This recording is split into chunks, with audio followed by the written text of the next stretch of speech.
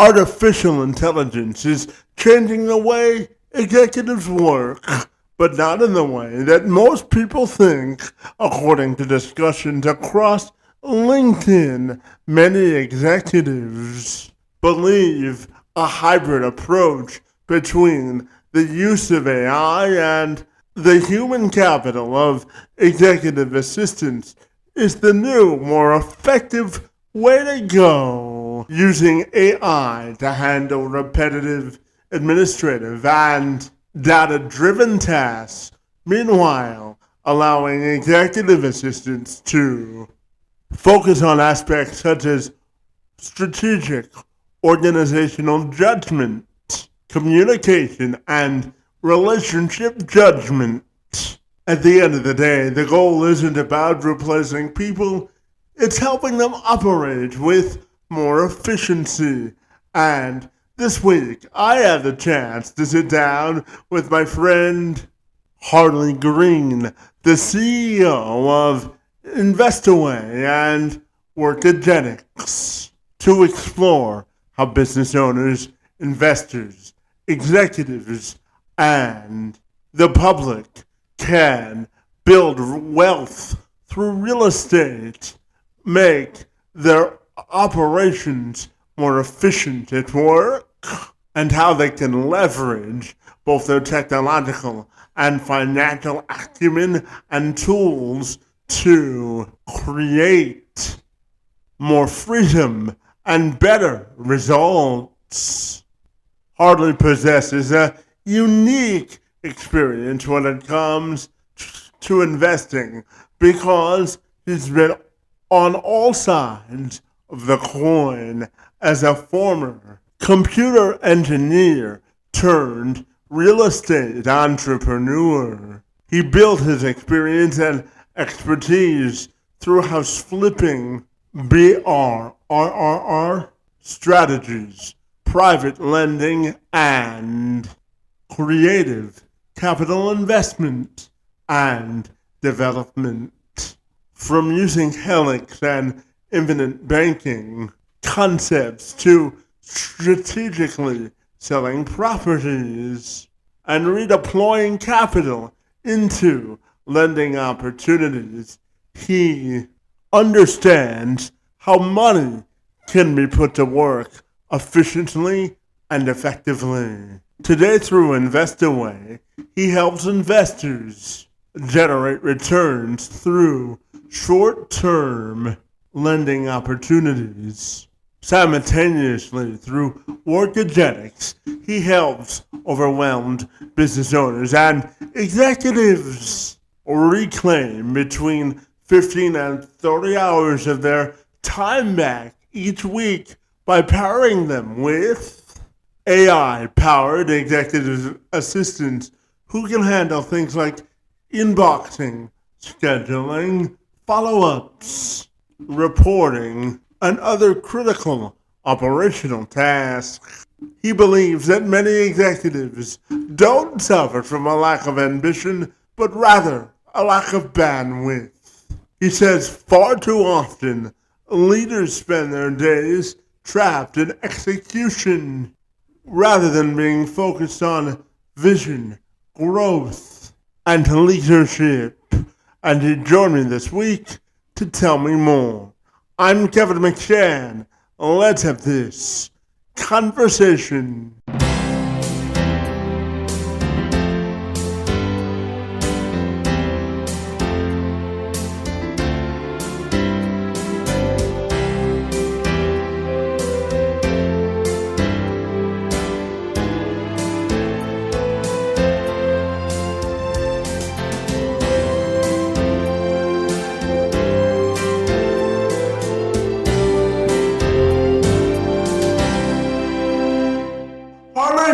I'll take a moment to welcome you to the program, and I'm super excited to learn how you help others invest in real estate and make their workday a little bit easier. Great to see you, my friend, and happy Tuesday to you.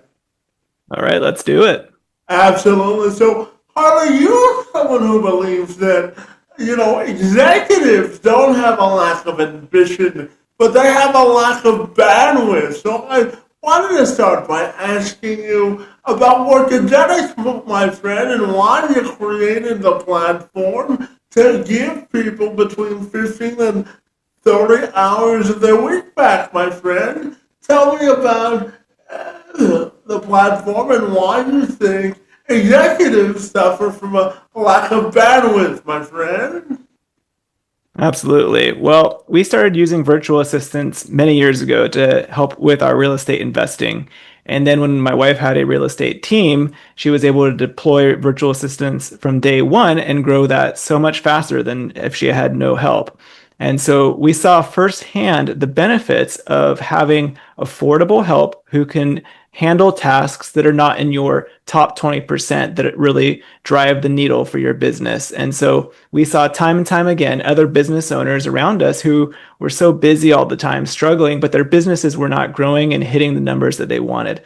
And so we created Workergenix to make all the lessons that we learned the hard way packaged up, leveraged with my background in technology as a computer engineer to make it really easy for other people to enjoy the benefits of having dedicated full-time virtual executive assistants in their business. Yeah, absolutely. And I also know that you created InvestAway because you wanted to help people invest in real estate while also having the freedom to travel and build generational wealth through real estate for the investors that wanted to take advantage of that vehicle as well, my friend. So tell me about InvestAway and what it's all about, my friend. Absolutely. So, as part of our real estate investing that we were doing, we saw time and time again quality deals getting killed because of poor communication from lenders or lenders changing terms on the loans they were offering at the last minute that spiked the deal. And so we jumped in and used our own personal capital initially through our retirement accounts using self-directed IRA and funded these deals and became the lender. We started doing that back in 2022 and it grew so much and we had so much demand from our borrowers that in 2025 we opened it up to have other investors come in and be co-lenders with us. And so we've basically created a marketplace, if you will, where people who want to invest in secured by real estate investment with high yields, our investors average 15% annualized return on their investment with us, and know that the money that they're investing is doing good in local communities, helping local real estate investors buy homes, renovate them, and turn them into affordable housing stock for first-time home buyers, entry-level home buyers. And so we've created this marketplace where after we fund and originate loans and they're in good servicing state, we put them up on the website. Investors can log in there. They can see all the details about the loan, the interest rate, the borrower profile, the project details, pictures, and then they can choose to participate as a fractional lender. So they don't have to have the entire amount of the loan in cash. They can just come in and say, I'm going to put 50K on this loan, 50K on that loan, and then they can enjoy the benefits of having their capital secured by real estate and have high yields. Yeah, absolutely. And now, Harley, you mentioned you have a background as a computer engineer, my friend, and I know that your background started that way, and you became active as a real estate investor, and eventually transitioned rather into a private lending. So I'm wondering if you can walk me through the journey, my friend, and what lessons do you think you've learned from flipping houses to getting into real estate and helping people manage their business operations more effectively through their executive assistant? So what valuable lessons do you think you've learned along the way, my friend? Oh, so many. Yeah. So worked as a computer engineer for 15 years. We started dabbling in real estate kind of on the side to just help diversify our investments. And it grew from there and got to the point where I was able to walk away from that career as a computer engineer back in 2022. And that's when we founded Workergenix and we started becoming private lenders. And then in 2024, the freedom that we had from these investments and these businesses, that financial freedom gave us the opportunity to travel full time. So at the moment, our family travels full time as digital nomads. Our kids have been to over 20 countries already and 6 continents. We just have Antarctica left. And I would say some really important lessons that we've learned along the way from being active real estate investors, flipping houses, doing renovations, and then growing into becoming private lenders is the importance of really knowing what your investment is and what's going on. We had challenges where in the past, when we tried to do some flips, we would basically delegate too much. And it wasn't really delegating, it was more what I call dumping. And this applies both in business and in real estate investing. When people try to just hand off too much without a clear strategy and oversight, it's called dumping. It's not delegation, and the results are never good. And we found that the hard way with real estate. We would get a contractor who we thought was quality and did a good work, but it wasn't their house. When they don't have that ownership, things go sideways. And when we didn't check on it regularly, the projects went way off course. So an important lesson that we've learned is have a clear guidelines. So have a plan, like with business, when you get an executive assistant, have a clear onboarding plan, the 30, 60, 90 plan. When you're doing renovations, have a clear plan with the contractor, get it in writing, get it signed, and then have an independent third party, whether it's yourself or another trusted person who is not the contractor, check on that project regularly and give you reports. So that way issues that come up, you can catch them early. And then when they're minor, it's a lot easier to course correct and fix before they become a big issue.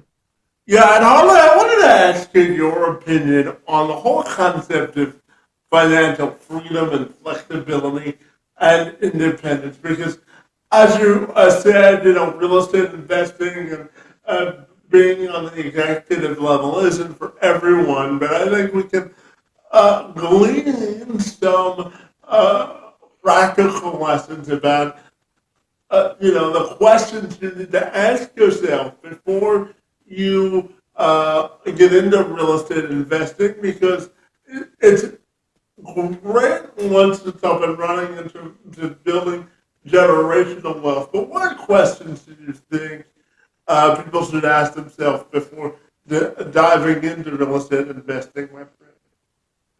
Yeah, so for me, it applies to any investment. It's, does this investment align with your values?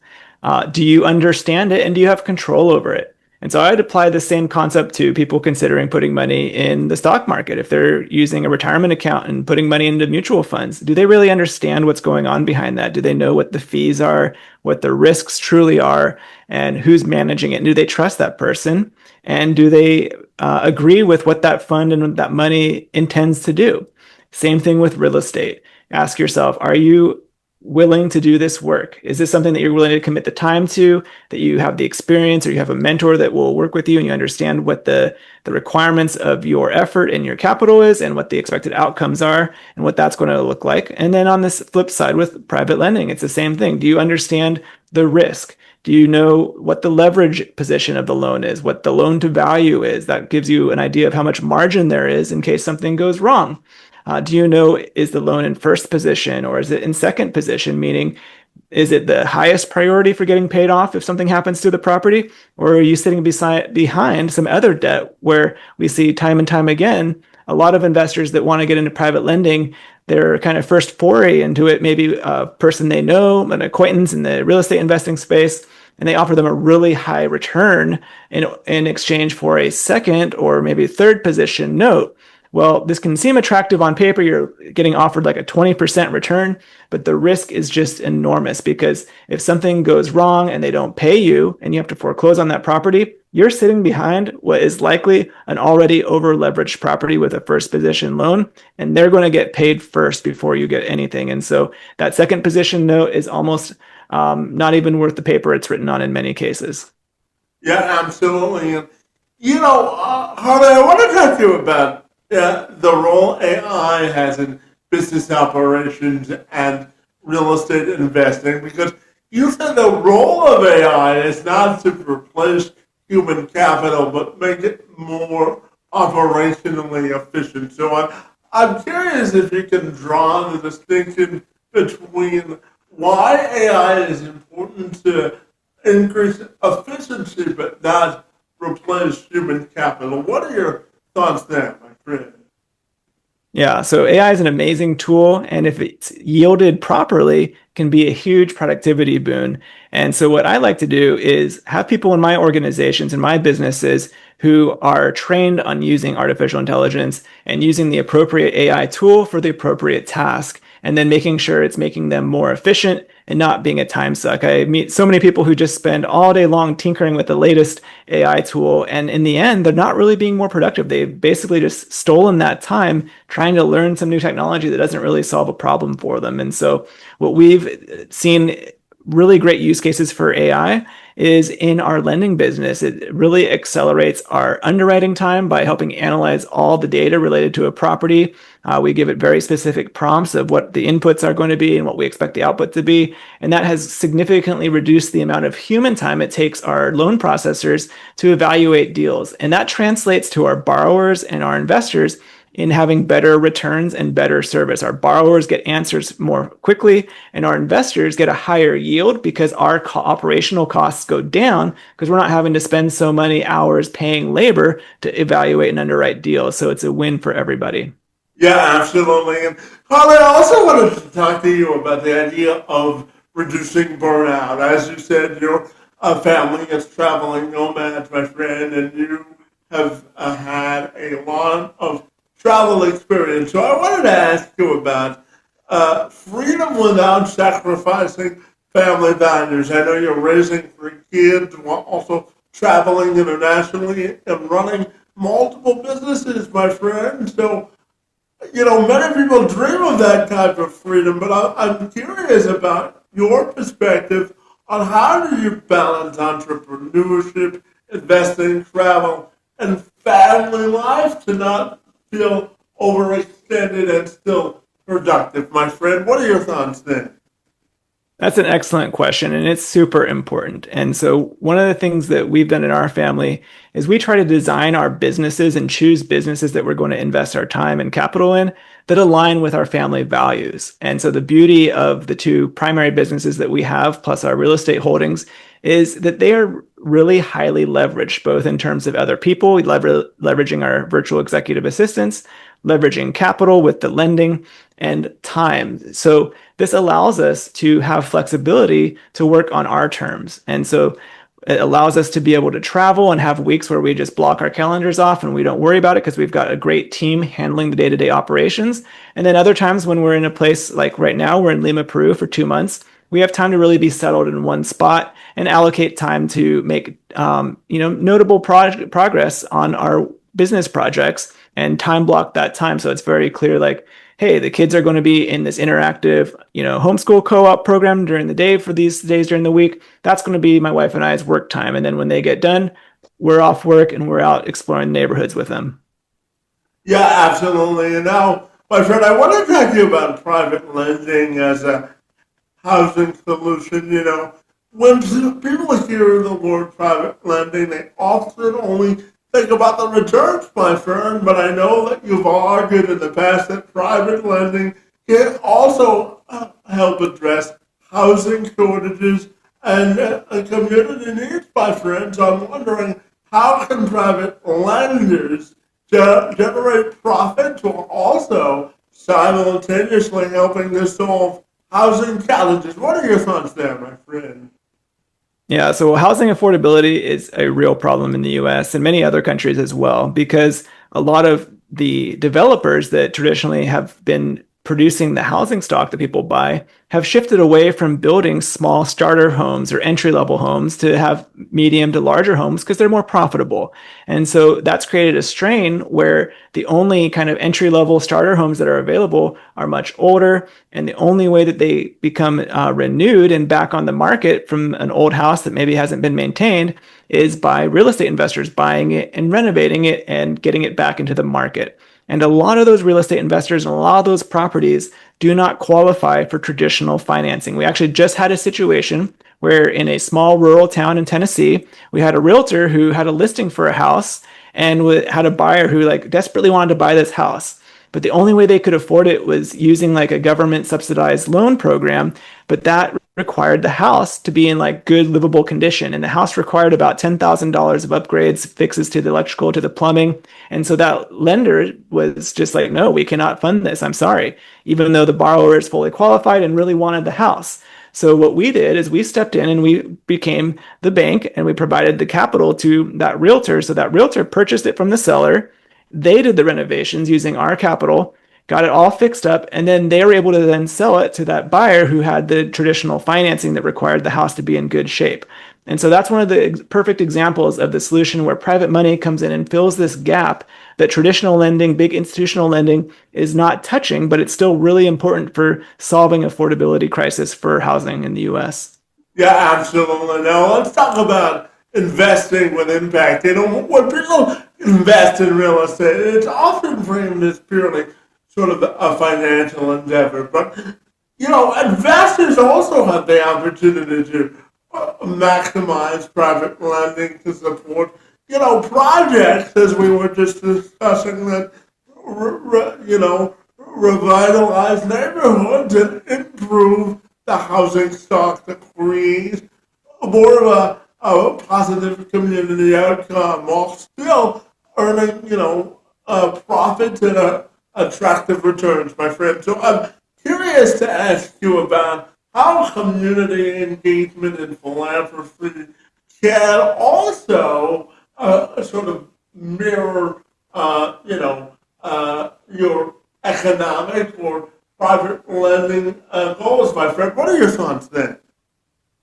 Yeah, one of the things I really love about private lending is the huge impact it makes to the communities. We talked about the affordable housing already. The other side of it is the impact to local families. And another great story is we have a woman who's an active real estate investor. They had been wholesaling properties where they basically just would find good deals and then they'd sell them to other investors. But they could never buy them themselves because they had some medical debt in their past and that had impacted their credit. And so traditional banks and lenders would not touch them. They heard about us at InvestAway and found out that we underwrite based on the deal, the property. As long as that property is a good deal and the numbers work, we will lend on it. We don't care what that borrower's credit is in the past.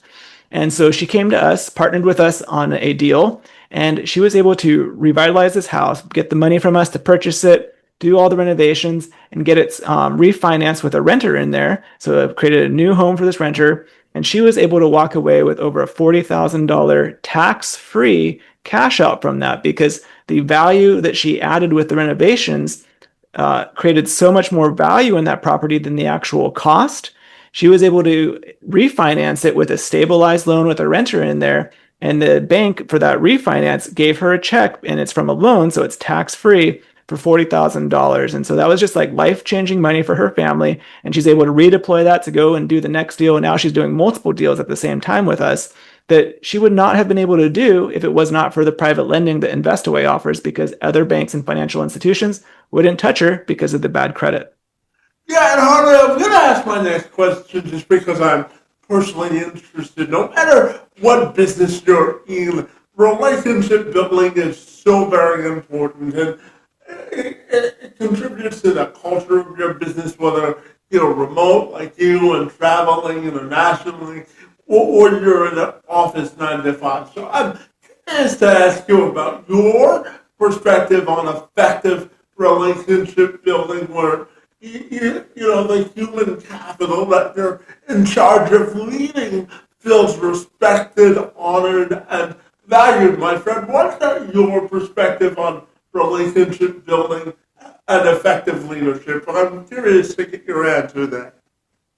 Yeah, leadership is so important, especially when you're working with teams and people are supporting you, and you need that trust to go both ways. Especially if you want to have a big lifestyle, you've got to have a team supporting you. And so things that I have found to be really important and support that leadership role and that trust is having regular meetings. A lot of people, when they're getting started, they try to get a hire and treat the hires like a black box. They just dump tasks on them and they just expect the work to be done. That doesn't work. People get burned out.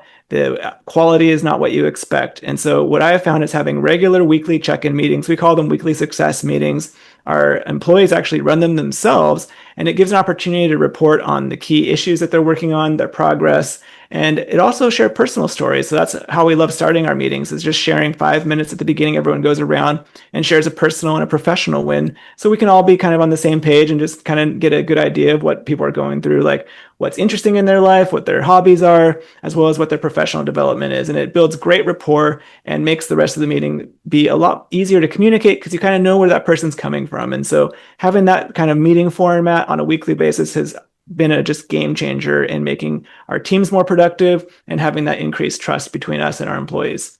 Yeah, and since you brought some of this up, I'm going to follow up by asking you about personal autonomy. So I live in Canada, and I used to work for the Ontario Chamber of Commerce, and a sign I had in my office was that we get more done through collaboration and giving people autonomy.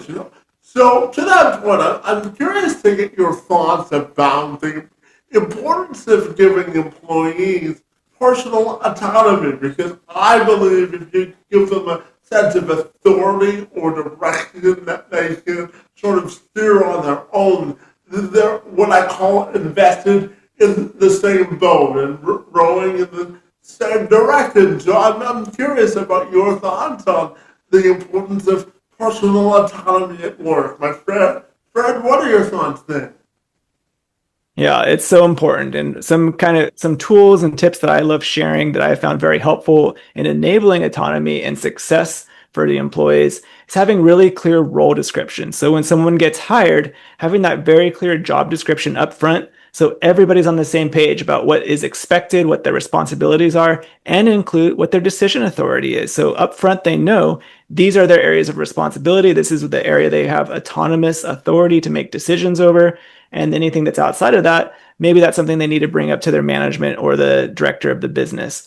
In addition to that, we also have clear 30, 60, 90 onboarding programs. And we provide this actually for our clients at Workergenix, along with their new executive assistant. So both the client and the executive assistant have a clear path for a progressive increase in responsibilities. And so you're not starting on day one being like, here's everything I need you to do, all of this stuff on that job description that we agreed to on day one. No, you have a 90-day period where you are progressively taking on more responsibility, you're taking on training, and you're taking over these responsibilities so that by the end of the 90 days, you're fully autonomous, you have fully owned and are responsible for those items that are in that job description that everybody agreed on at the beginning. And it creates a much higher rate of success.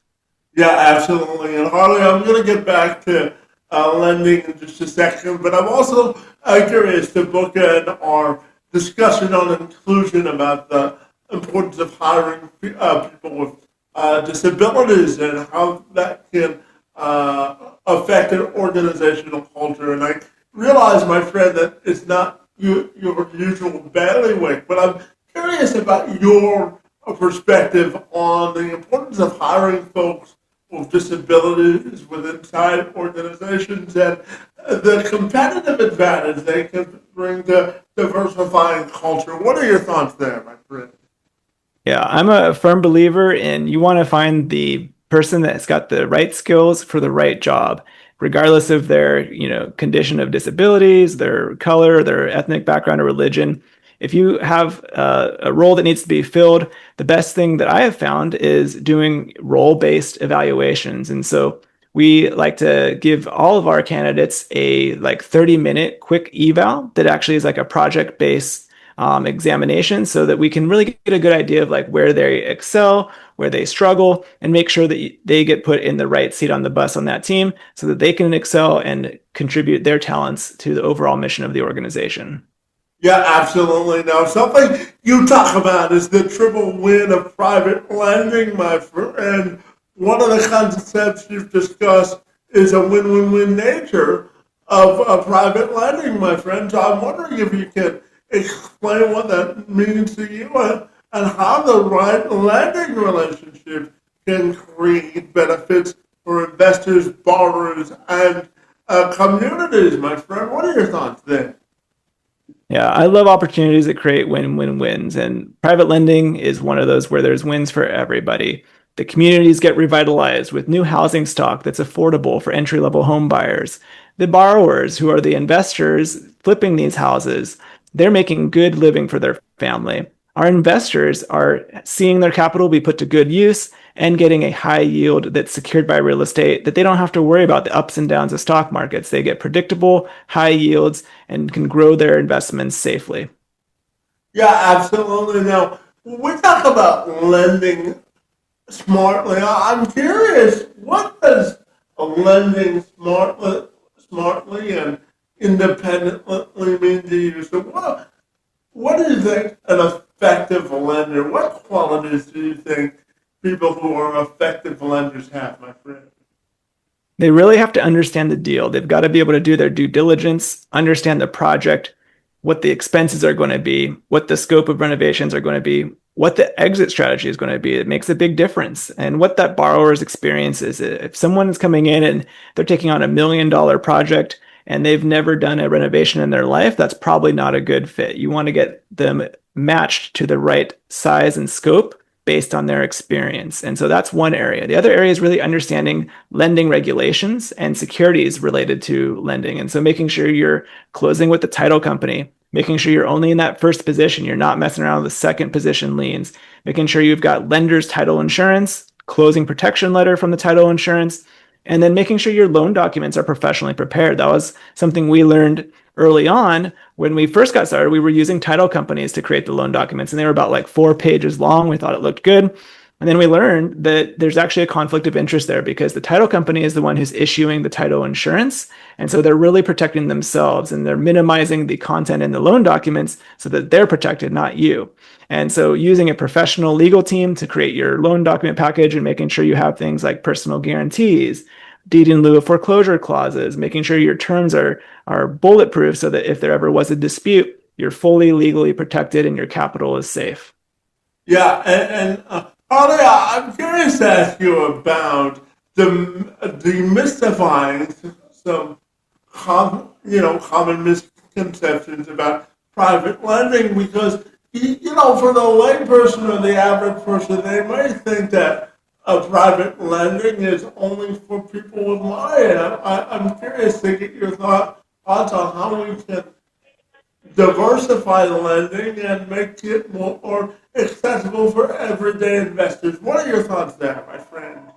Yeah, traditionally, a lot of times to get into the lending space, you had to have a lot of capital. You needed to have enough money to fund the entire loan yourself and be able to have that money sit in the loan for 12 months or longer and not need access to it. Other opportunities for lending that still exist today that are limit access would be like lending funds or debt funds, where you have to be an accredited investor. You have to have a certain net worth or professional experience investing to be able to have access to that. And one of the things I really like about how we've structured our private lending is that we've opened it up to anyone through whether they use a self-directed IRA or their capital, or they want to like pull from a home equity line of credit or something like that. There's a lot of ways they can participate, and we've lowered the bar because they don't have to have the entire capital amount for an entire loan. They can come in and participate as a fractional lender. And they can also choose their timeline. So they can look at our portal and they can see all the different loans that are available. They can sort it by maturity date, things like that. So they can control how long the capital is tied up in an investment rather than having to be in from day one on the loan and ride it all the way to the end. They can come in halfway through or 3/4 of the way through, and they can stagger their investment across multiple loans. So they can create what I call a loan ladder. Many people maybe have heard of like a CD ladder, things like that, where you've got staggered maturity dates of your investment. So you create a cash flow. You can do the same thing with lending using our model where you can take your capital and you can split it across multiple loans that have staggered maturity dates. So you can create liquidity events based on that interval. So you can have cash flow if you're trying to replace your active income and you want to have a more passive lifestyle. Then you can do that with private lending. When those loans mature, you can take the interest, live off the interest, and then redeploy the capital to the next loan. Yeah, absolutely. Harley, I'm also curious to ask you about common mistakes that, private first-time lenders make, because I know that every entrepreneur, no matter how tactful you are, has some business scares, my friend. And I'm curious to ask you about some common mistakes that people make and remedies to try and fix them. What are your thoughts there, my friend? Oh, there's so many. I'll maybe just hit on a few. One of them is on the back end of the loan. So after they funded the loan and they're doing the renovation part of the loan, the borrower has done some work and they're asking for money. One common mistake is to just take the borrower at their word that work was done, and maybe they've got some photos showing, there's new flooring or new paint put in, and then the borrower says, "Hey, I spent 10 grand on, new paint and new floors. Can you reimburse me?" And they just say, "Oh, the photos look good. Here's the money." Here's the issue. If you do not actually collect detailed photo evidence of it being done and invoices and evidence of actual payment to the contractor or the vendor or the store, you run into a situation, especially in this day with AI, where people can basically mock up images to make it look like something happened. And once they get the capital, you're secured by the real estate. And if they get the money and they didn't actually do the work to improve the real estate, that house securing your money has not gone up in value with the value that you've deployed. And you're at a risk of that borrower maybe taking those supplies and returning them to the store. And now they've got double the money. They got the money that they spent getting it back, and they got the money, and they could just from you, and they could just walk away from the deal because they don't have enough skin in the game. So that's another common mistake, is letting borrowers dictate the terms of the loans instead of the lender dictating what they're comfortable with taking risk. And borrowers are going to want to have no skin in the game, no requirements on checking on anything. And you've got to push back and say, no, you've got to have skin in the game. You got to have a down payment, unless you've got a really solid track record with this person that they can produce and complete loans. And so those are just a couple. We could keep going, but that is why a lot of people decide, rather than going on their own and trying to do private lending on their own, they just partner with an experienced lender like InvestAway, see the loans that we've already underwritten, we've already funded with our personal capital, and are totally comfortable with holding them the life of the loan. And then they can co-invest alongside of us and still get all the benefits of the high yield and security and help to the community without all the stress and gray hairs of having to do the underwriting yourself. Yeah, it's important to do your research, isn't it? For sure. Yeah, absolutely. And my friend, I've got three questions left for you. And the first of these three questions is this. I'm curious to ask you about the missing middle in real estate, from a financial perspective, from a traditional perspective.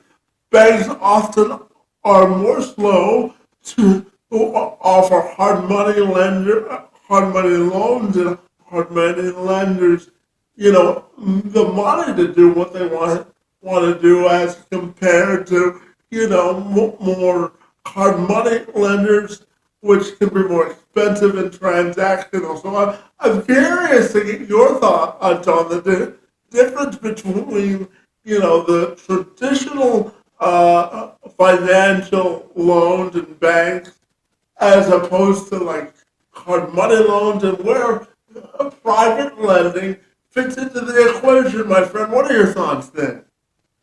Yeah, so there's traditional lending. So that's like your, Fannie, Freddie Mae loans that a lot of people use for buying their primary residence. Then there's like local banks and credit unions that can offer financing as well. Some of them do offer loans that are for purchase and renovation. The challenge with those, even if they offer the product, is they are so incredibly slow. They often need more than 30 days to just review the loan application, to do all their underwriting, to have these full appraisals, that the opportunity sometimes slips away. A lot of these deals are very time sensitive. You have sellers who are in a distressed condition. Maybe a family member passed away. They need that property sold to cover the last expenses and clear out the estate. And the timeline just doesn't work. And then you've got hard money lenders, where many of them are truly institutionalized these days. They have so many requirements that are overlaid on top of their own requirements because they've got this institutional capital backing them, and they're the ones setting the rules. And so oftentimes they might have a local person who says, "Yeah, we can fund that, no problem." And then you spend all this time submitting the application, and then they submit it to their underwriting and their back office, and they come back and say, "Yeah, we're not funding that deal." And they've wasted all this time. And so private money is in the middle here, where we are local, we have local expertise. When we say yes, we mean yes, and we fund the deal 100% of the time when we've said yes to it. And so we're able to help these investors get these deals that are time sensitive, get them the structure of the funding that they need to do the purchase and renovation. And in exchange for that, we're able to have a higher yield. Investors, the borrowers, are willing to pay more to have this premium service where we close quickly. Our yes means yes, and they get the money they need to do the deal because they're able to make more money by getting those really good opportunities. So it's a win for everybody. Yeah, and I know for you, particularly building systems based on, the whole concept of leverage and delegation and smart systems is important. So I'm curious to ask you, what advice do you have for entrepreneurs who are struggling to go from, the operational side of their businesses to being, more true owners of their business and leaders, my friend. So what's the difference between being a business operator versus a business owner? What are your thoughts there? Yeah, so many people get into small business thinking they're going to have freedom and this time freedom to do the thing they're passionate about. And then they get bogged down in the daily operational details of it. And they sometimes will burn out, or they realize that instead of having this amazing business and being a business owner, they've basically just bought themselves another job.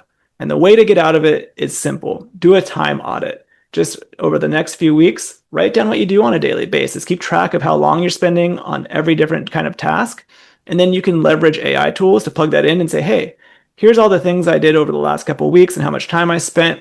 I would love getting some advice on how I can delegate these tasks and the right person for that. It can, and specifically getting like a virtual executive assistant, which is one of the most cost-effective ways to get started taking these tasks, these operational tasks off your plate, whether it's doing email management, bookkeeping, invoicing, CRM management, lead generation, client onboarding processes, things like that that are not the true like revenue generators that create new clients and new revenue. Those can be taken off your plate, delegated to virtual executive assistants so that you can then be free to really be a business owner and do things that are high level strategic planning and that are much more enjoyable. Yeah, absolutely.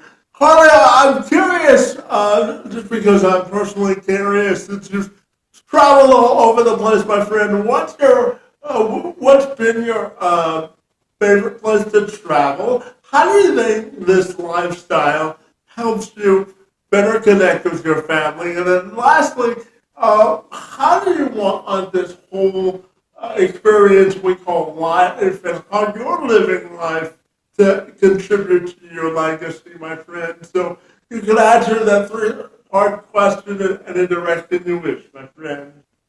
Awesome. Yeah, there's so many amazing places in this world. I think it's really a shame that a lot of people don't get to experience it. And I would encourage anyone, if you just have the opportunity to travel, to take advantage of that and go. There's so many great places we've visited. We went to Sapporo, one of the northern islands in Japan, just before Christmas, and we went to a onsen resort there, built into a mountainside that's like got volcanic activity, hot springs, and it was just this incredibly surreal, beautiful experience, like going in an onsen with my boys, looking out over this just like kind of primordial, like volcanic hot spring valley. Just totally incredible experience. Other places we visited that we really enjoyed was Melbourne, Australia area. We were there just a few weeks ago. We went down to Phillip Island and we got to see these little mini penguins there come in at night. And my youngest son just loves penguins. His like stuffy is a penguin that he takes with him all over the world. And so some of the things that we've done that have been kind of exciting is like we will go and travel to places just to see penguins. And it sounds kind of crazy, but when you travel full time, there's not this like limiting belief of like, oh, I'm never going to be to this place again. I am never going to be to this country. We just view it as like we have unlimited opportunities. We can go and do exactly what we want when we want. And so why not choose something that the family enjoys and values and use that as kind of a guide to dictate where we go? And so that's part of why we're also here in Lima, Peru, is because there's the penguins here. They have the Humboldt penguins from the Humboldt Current coming up from Antarctica, and all along the coast we can see penguins, and it's been really fun seeing them with our family. And so having this kind of travel lifestyle where we homeschool our children, they're with us all the time, it just creates a completely different dynamic. We talk to some people when their kids are like on summer break and they're just like complaining all the time about when are the kids going to go back to school, and we just like cannot relate because we live with our kids all the time. They're always with us. They're doing everything we're doing. They see how we work. We are just completely integrated with how we educate them through these real life experiences in the world. Yeah, and how do you want the work you're doing to sort of contribute to both your home and professional legacy, my friend? What are your thoughts there? Well, it's really important that the work we do brings value to our family and brings meaning. And so for us, both Workergenix with the virtual staffing and InvestAway with our lending are true missions that are helping people. We are helping business owners get out of the grind, be able to enjoy their businesses and have their businesses be more profitable by having virtual executive assistants. And then on the lending side, we've talked about all the benefits, how it creates a win-win-win situation for everybody there. And so those are businesses that we're just really passionate about. Again, they're highly leveraged, so it does not require a lot of time from us because we've got great people doing the operations on the daily basis, and it's helping people in real meaningful ways. Yeah, absolutely. And Harley, finally, tell me if people want to get connected with yourself personally or the great businesses you run, my friend, what's the best way they can do that? Thanks, Kevin. If people want to connect, I'm on LinkedIn. You just search for Harley Green. Always happy to have a conversation there. And then our two websites are workergenix.com and then investaway.co. Yeah, absolutely. And I know very quickly that you host a podcast as well, my friend. So tell me all about it. Yeah, so I host the Scale Smart, Grow Fast podcast with Workergenix, and we bring in business experts every week to share practical tips and strategies for businesses to help get out of the weeds and help scale their businesses. Absolutely, my friend. Well, I want to thank you for engaging, thought-provoking discussion on both, real estate and helping to make our workday a little bit more efficient and productive, my friend. I think you're doing great work to live a fascinating life, my friend, and I want to thank you for taking a few minutes out to chat with me. It's most appreciated. It's been my pleasure, Kevin. I really appreciate you having me on the podcast.